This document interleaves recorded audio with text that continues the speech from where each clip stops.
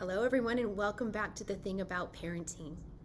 In my last podcast, we talked about meeting yourself where you are and in growing from there.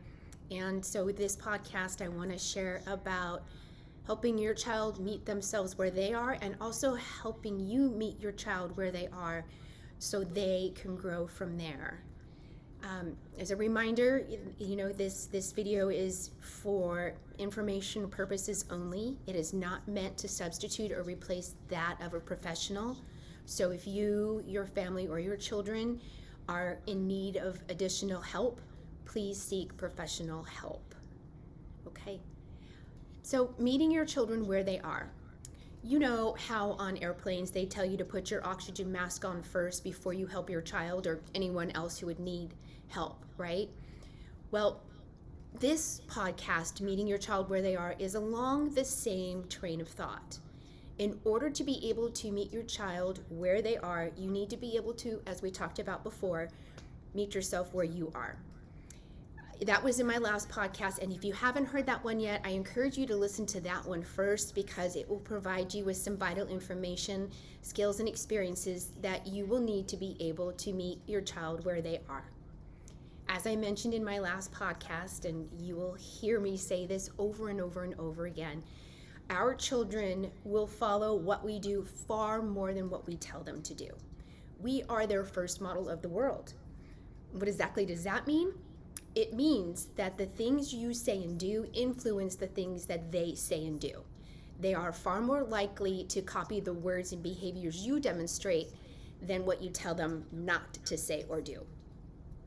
Notice that I am saying that our children are far more likely to do what we model. That doesn't mean they'll do it 100% of the time. And for the most part, that's actually a good thing. It's a normal and natural part of the developmental process for our children to challenge the status quo, to challenge the rules, to challenge the demands placed on them, because this is how they learn to navigate life. They learn how to set boundaries. They learn how to explore what is meaningful and works for them. They learn to work with others and to pave the path that they are meant to follow.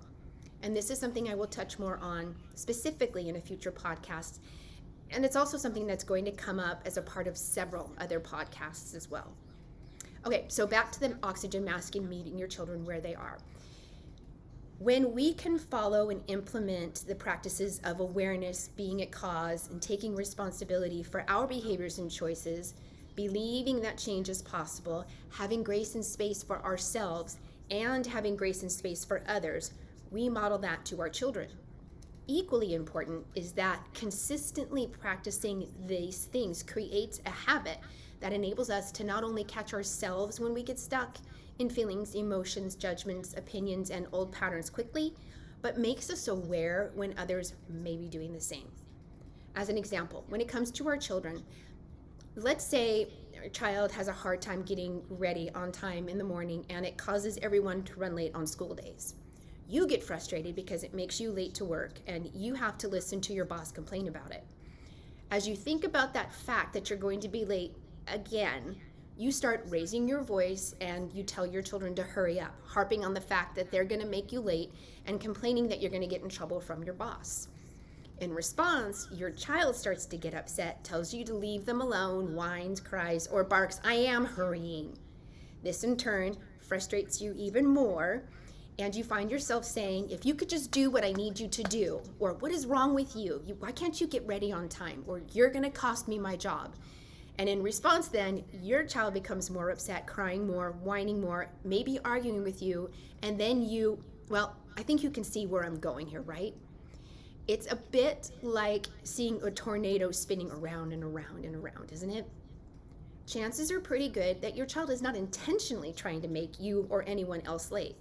The odds are pretty good that there is a reason why it keeps happening, and the key to finding out what that reason is starts with meeting yourself where you are and then meeting your child where they are.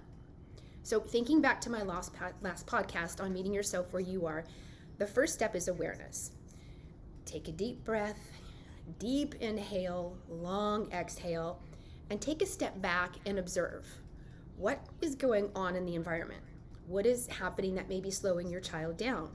Do you need to change some things to make it easier for them to get ready in the morning on time? Would it be helpful to set timers, create a chart for getting ready, or maybe find a way of making getting ready more fun? Are you someone who is consistently on time, or do you have a tendency to be late for some things and your child has picked up on that? If nothing seems evident in the home, what may be going on in other environments? Could there be an issue at school, with a teacher, peers, friends, certain class subjects, and your child is stalling in the mornings because they don't want to go or are trying to get out of going to school? Think about whether anything has changed at home, with family, with routines. Could there be an underlying physical, mental, or emotional issue? Then turn that awareness to your child.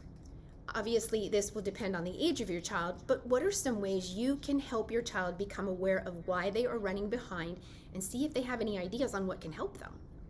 Next is being at cause and taking responsibility for our choices and behaviors. When you notice that you're getting upset, own it. My child is moving slowly this morning and it's frustrating me. Notice there is no blame in this statement. It's just fact. Your child is running slow. You are allowing it to frustrate you. Fact. Fact. Telling your child that they are running late, nagging them about it, bemoaning or telling them that your boss is going to get mad at you is not only going to escalate things, but you're making them responsible for how you feel and for the fact that you will be late, neither of which solves the problem and really only serves to create anger, fear, and resentment. If your child starts to blame themselves, this is all my fault, what's wrong with me, I can't do anything right, this is the perfect opportunity to tell them that you all just need to work together to figure out a plan. If your child tries to tell you that it's your fault that they are running late, this is also a great time to demonstrate taking responsibility and working that out. It is not the time to get defensive or point out that you are ready and that they are still the ones getting things together. Again, you can tell them that you all need to work out a plan to get out of the house on time. Next is believing that change is possible.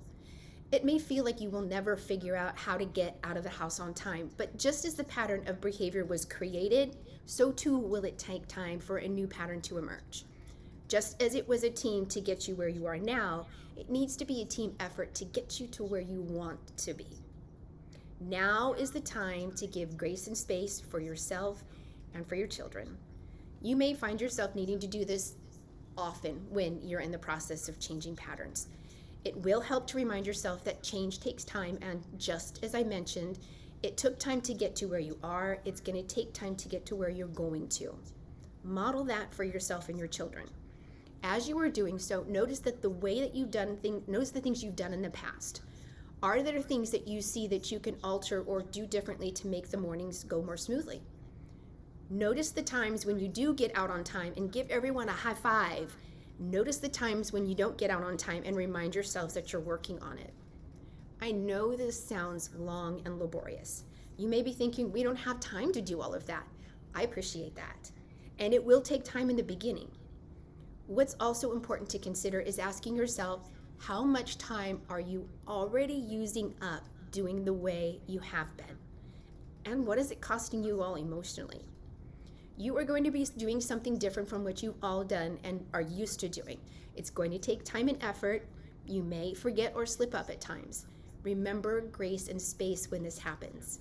Bring in the awareness of what is going on, what is working, what needs to be adapted. All of this will teach your children fundamental coping skills that they will take with them for the rest of their lives. Working together as a team to work out the bumps and challenges you all face will help make you all much stronger as a family too. And just as a reminder, the information in this podcast is not meant to replace or substitute that of licensed professionals.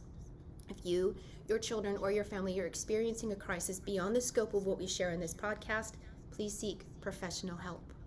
Until next time, remember, parenting is not a cookie-cutter process. Meet your child where they are and grow from there. Bye.